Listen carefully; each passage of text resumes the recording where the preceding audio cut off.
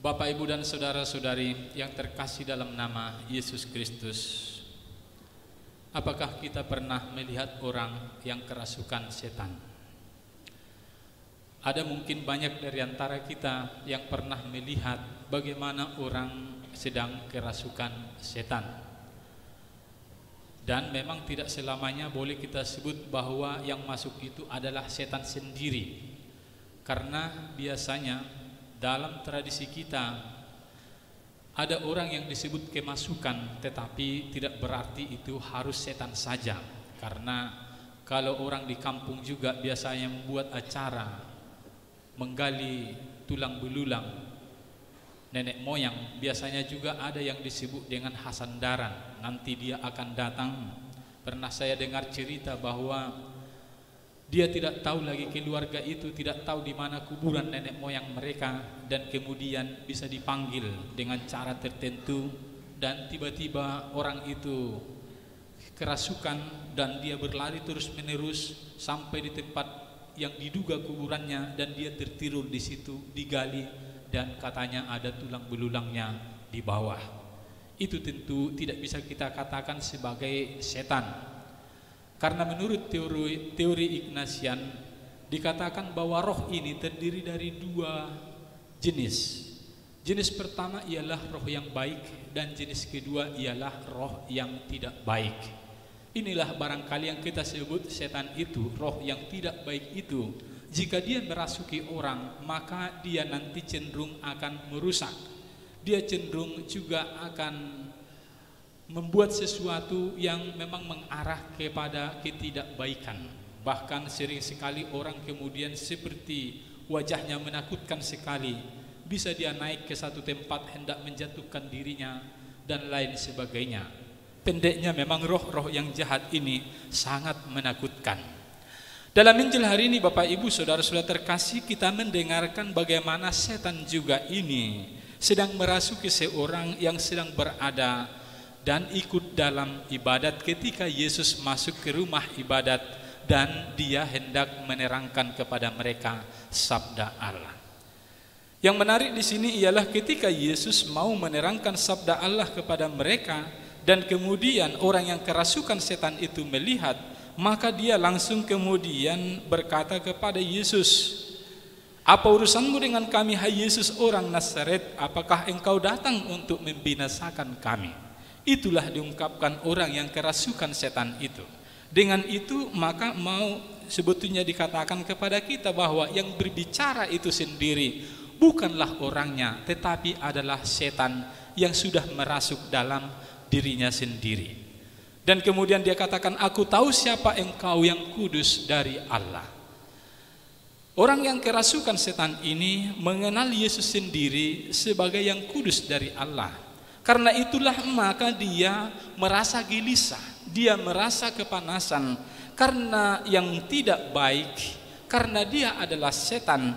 Maka ketika bertemu dengan anak Allah yang ilahi, maka dia tidak merasa nyaman. Karena itulah maka dikisahkan kepada kita pada hari ini ketika Yesus masuk dan kemudian dia memberikan pengajaran dengan penuh kuasa.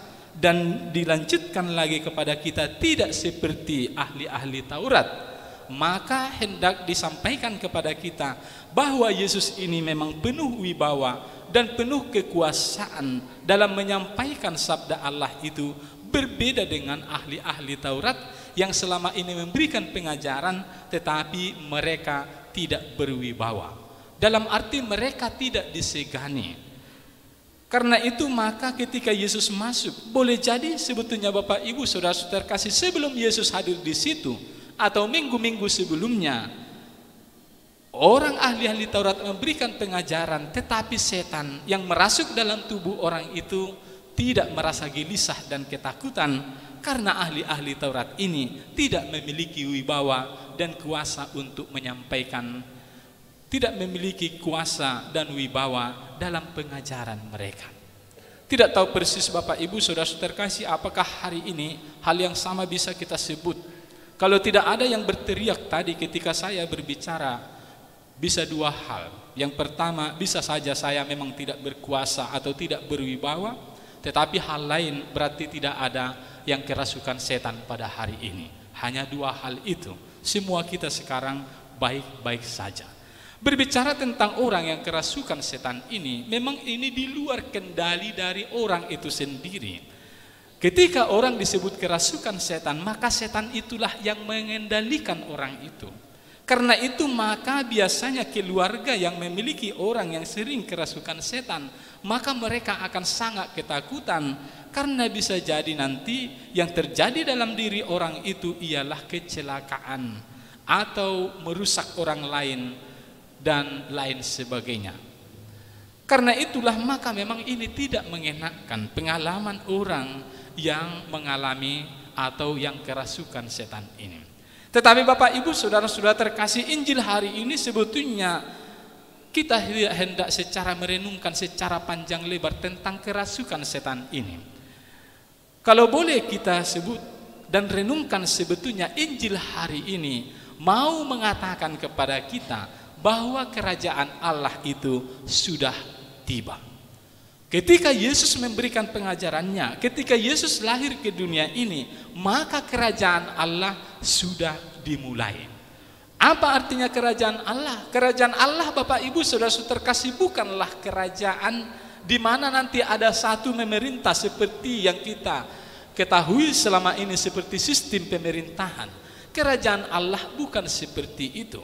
Kerajaan Allah ialah situasi di mana kebaikan meraja dalam hati setiap orang. Dan kerajaan Allah itu bukanlah sesuatu yang akan terjadi di depan. Dalam bahasa teologi sering sekali dikatakan bahwa kerajaan Allah itu ialah hik et nun. Hik et nun artinya kini dan di sini. Saat ini dan di sinilah kerajaan Allah itu sudah terjadi. Ketika kita melakukan kebaikan, maka kerajaan Allah sudah ada. Ketika kita tersenyum dengan orang lain secara tulus, maka kerajaan Allah sudah ada. Ketika kita melayani orang lain dengan sungguh-sungguh, maka kerajaan Allah sudah ada. Ketika ibu-ibu melayani suami dan kemudian menjaga anak-anak dengan baik, maka kerajaan Allah juga sudah tiba di situ. Itulah sebetulnya yang mau disampaikan kepada kita pada hari ini. Bagaimana kerajaan Allah sedang dimulai ketika Yesus hadir. Dan kerajaan Allah itu adalah kerajaan di mana kebaikan meraja. Karena itulah maka dalam Injil hari ini kita dengarkan bersama-sama, ketika sudah mulai kebaikan itu meraja, maka kemudian yang tidak baik itulah tadi yang disimbolkan dengan orang yang kerasukan setan itu. Dia sendiri merasa gelisah dan kepanasan. Yesus belum mengatakan apa-apa kepadanya. Langsung dia sudah katakan kepada Yesus, "Apa urusanmu dengan kami, hai orang Nazaret?" Dia sendiri yang pertama merasa bahwa orang yang hadir ini, yang akan membawa kerajaan Allah ini, memang tidak sesuai dengan dia. "Apakah engkau datang untuk membinasakan kami? Aku tahu siapa engkau, yang kudus dari Allah." Yang menarik di sini Bapak Ibu saudara-saudara terkasih, bahkan setan sendiri mampu mengenali dan dia tahu bahwa Yesus ini adalah yang kudus dari Allah. Karena itu kita adalah anak-anak Allah.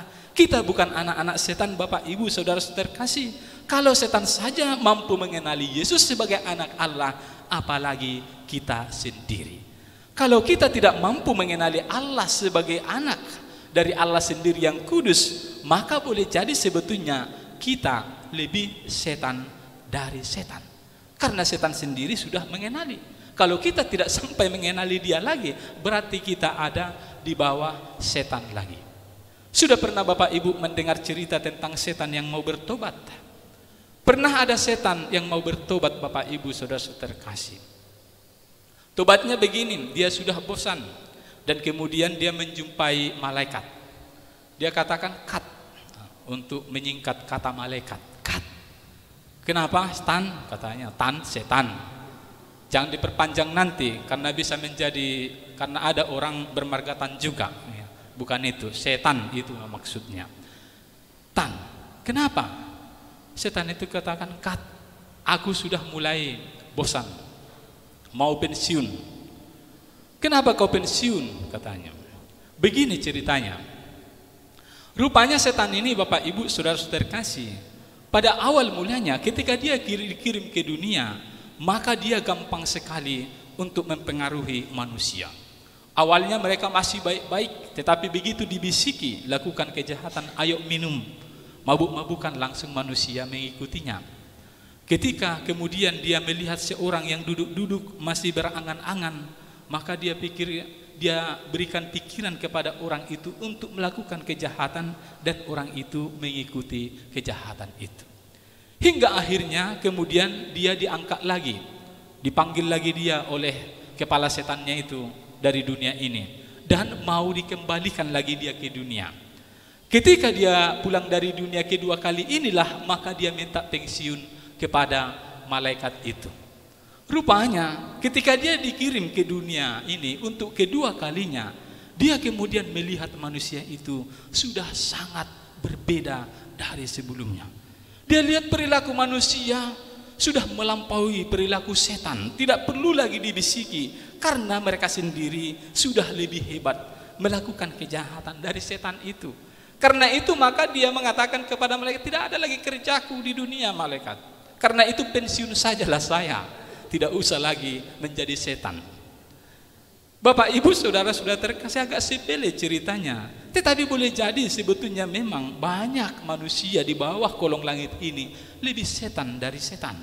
Karena itulah maka kerajaan Allah yang dimunculkan kepada kita pada hari ini adalah yang penting kita renungkan, bahwa memang nilai-nilai kebaikan itulah yang selalu harus kita lihat dan pelihara dalam diri kita masing-masing. Dalam situasi sekarang ini, setan-setan itu sudah merasuk dalam bentuk-bentuk lain. Pernah Bapak Ibu mendengar lagu dulu, setan apa yang merasukimu? Meskipun sebetulnya bukan setan dikatakan, tetapi itu menjadi ungkapan refleksi, setan apa yang sedang merasuki. Banyak bentuk-bentuk setan sekarang ini Bapak Ibu saudara-saudara terkasih, dia menyamar dalam bentuk lain. Kalau kita mempelajari nanti teori meditasi, dikatakan di situ bahwa setan yang tidak baik itu sering menyamar dalam bentuk setan yang baik. Karena itu harus ada pembeda-bedaan roh, harus dibedakan. Sekarang roh yang masuk ini apakah roh yang baik atau roh yang jahat? Karena sering sekali roh yang jahat itu dia menyamar dalam bentuk kebaikan. Ada orang misalnya membantu orang lain seolah-olah itu adalah kebaikan, tetapi bantuannya itu nanti kemudian berekor. Saya membantu ini supaya bisa saya kendalikan orang ini. Nah, itulah yang disebut dengan roh baik. Roh setan itu, roh yang tidak baik, menyamar dalam hal yang baik. Dan sekarang ini apa yang paling penting juga kita renungkan, setan yang model mana? Dalam situasi sekarang ini Bapak Ibu saudara-saudara terkasih, dunia yang kita lihat ini, yang paling kita waspadai penyamaran setannya ialah ketamakan manusia dan tidak mau berbagi.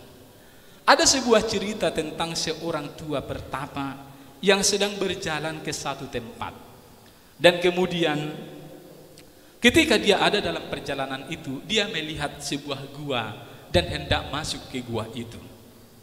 Ketika dia masuk ke gua itu, dia lihat Bapak itu saudara-saudara kasih, ada begitu banyak harta karun di situ. Ada emas, ada peninggalan-peninggalan dulu yang berupa harta karun yang sangat mahal. Karena dia pertapa, maka dia mulai gemetaran dan kemudian dia ketakutan. Dia tinggalkan gua itu, lari terbirit-birit. Di tengah jalan dia ketemu dengan 3 serdadu, dan kemudian 3 serdadu itu bertanya kepada dia, "Orang tua, mengapa engkau ketakutan dan lari terbirit-birit?" Kemudian dia mengatakan ketiga prajurit itu, "Saya dikejar setan dan saya sedang melihat setan tadi." Kemudian 3 prajurit itu karena mereka merasa hebat-hebat, setan apapun kami akan bisa mampu. Dia katakan, "Setan yang bagaimana? Boleh kamu bawa kami ke setan itu supaya kami membunuh setan itu." Walaupun orang tua itu takut, tetapi karena dipaksa oleh tentara itu, dia ikut, dia tunjukkan kepada mereka di mana setan itu berada. Dia bawa ke gua itu dan kemudian dia lihat, dia tunjukkan inilah setannya. Dia tunjuk harta karun itu. Kemudian serdadu itu tertawa-tertawa. Mereka mengatakan orang tua itu bodoh. Dan mereka lepaskan orang tua itu. Kau pergi cepat-cepat, biar kami di sini menghadapi setan ini, katanya.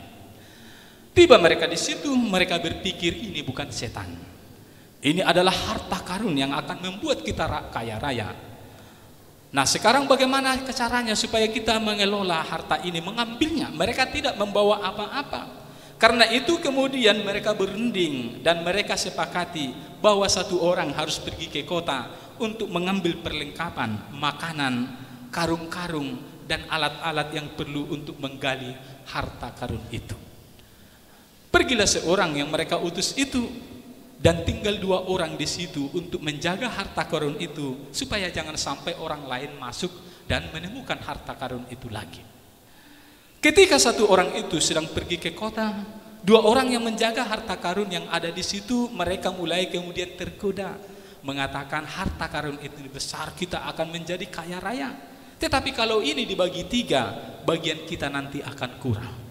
Kita sepakat saja, kalau nanti dia datang dari kota, dia sudah membawa makanan dan perlengkapan yang lain, kita membunuh dia supaya harta karun ini kita bagi 2. Mereka sepakati demikian, dan datanglah orang yang dari kota itu membawa makanan dan juga perlengkapan yang lain, dan begitu tiba di tempat itu mereka membunuhnya dan orang itu mati. Sesudah dibunuh mereka makan, dan pada saat mereka makan, mereka masih tertawa-tawa bahwa mereka akan menguasai harta karun yang banyak itu dan dibagi 2 saja. Dan sesudah selesai makan, mereka juga mati. Mengapa mereka mati? Ini yang menarik. Mereka mati, Bapak Ibu Saudara-saudara kasih, karena ternyata orang yang mereka utus pergi ke kota itu, di tengah jalan dia juga berpikir, kalau nanti harta karun ini kami bagi 3, maka ini nanti bagianku akan sedikit sekali. Maka baiklah saya akan membunuh mereka dengan meracuni makanan supaya mereka itu 2 mati. Dan memang apa yang dia pikirkan terjadi, dan apa yang dipikirkan 2 serdadu itu terjadi. Mereka semua mati, dan benarlah apa yang dikatakan orang tua itu, bahwa yang di dalam gua itu sebetulnya adalah setan. Bapak Ibu Saudara sudah terkasih, setan pada saat ini tidak dalam bentuk seperti yang kita pikirkan. Dia bisa merasuki kita dalam bentuk pikiran-pikiran. Ketika Bapak Ibu sekalian mulai tamak kepada harta, maka saat itu setan sedang merasuki Bapak Ibu sekalian dan kita sekalian. Ketika keinginan kita tidak ada berbagi dengan orang lain atas apa yang kita miliki, atas rezeki yang melimpah kepada kita, kita sedang dirasuki setan. Ketika Bapak Ibu Saudara-saudara terkasih mendapatkan banyak dari Tuhan sendiri, rezeki yang melimpah, entah itu untung yang berlebih, dan Bapak Ibu tidak mau berbagi dengan orang lain, tidak mau menyumbangkan sebagian ke gereja untuk membangun karya Tuhan ini, maka saat itu sesungguhnya setan sedang menguasai pikiran kita. Setan menyamar pada saat ini Bapak Ibu Saudara terkasih dalam bentuk-bentuk ketamakan, dalam bentuk egoisme, di mana kita hanya memikirkan diri kita sendiri dan tidak berpikir dengan orang lain. Saat itulah setan sedang menguasai kita. Karena itu maka kita membutuhkan Yesus pada hari ini. Yesus adalah tokoh kita yang sentral, yang mengajarkan kasih kepada kita, dan kasih ini adalah kasih yang berbagi, kasih yang tidak egois, kasih yang bersama, yang memikirkan orang lain, tidak hanya memikirkan diri kita sendiri. Itulah sebetulnya Yesus hadir pada saat ini. Maka ketika kita mengubah konsep kita pada saat ini, kita bukan lagi menjadi orang-orang yang tamak, kita bukan lagi orang-orang yang egois. Ketika kita sudah mulai merencanakan bahwa kita akan membagi sebagian rezeki bagi orang lain, saat itu sebetulnya Yesus sedang bekerja mengusir setan dalam diri kita masing-masing. Amin.